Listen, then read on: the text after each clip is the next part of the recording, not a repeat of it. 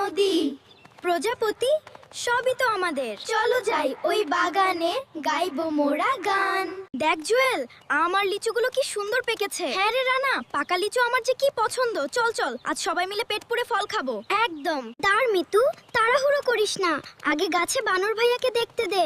আরে তাই তো, একটা বানর, কি সুন্দর। ওয়াও, হু হু, সব আম আমার।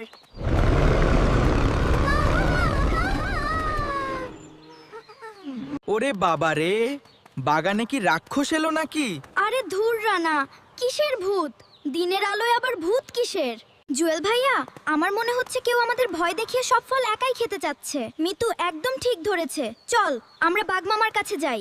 পটলা এখানে আম পাড়ছে, আমরা এখন কি করব? চল ওর বস্তাটা কেড়ে নি। সাবধানে, ও খুব চালাক। মিতু, পটলার বস্তার পেছনে একটা ফুটো আছে, তুই আস্তে করে গিয়ে বস্তার তলা থেকে আমগুলো বের করে নে। আম বের করার দরকার নেই ভাইয়া, আমার কাছে একটা জাদুর বুদ্ধি আছে। চুপি চুপি যাও, পটলাকে চমকে দাও। মিয়াও। ইয়া, ওটা কি? হাসো মিনু, আমরা করলাম। ওরে বাবা রে, ভুতুরে বিড়াল কামড়ে দিল রে। আমার পিঠে ওটা কি জ্বলছে, বাঁচাও। এই তো আমাদের বনের ভূত ধরা পড়েছে।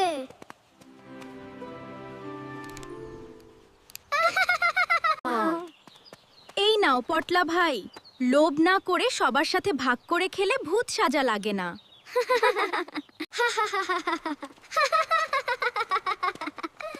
হি হি হি, হো হো হো। তো বন্ধুরা, আমাদের মিতুর বুদ্ধি কেমন লাগলো কমেন্ট করে জানাও। আর গল্পটি ভালো লাগলে আনি বাংলা চ্যানেলটি এখনই সাবস্ক্রাইব আর লাইক করে দাও। Bye bye.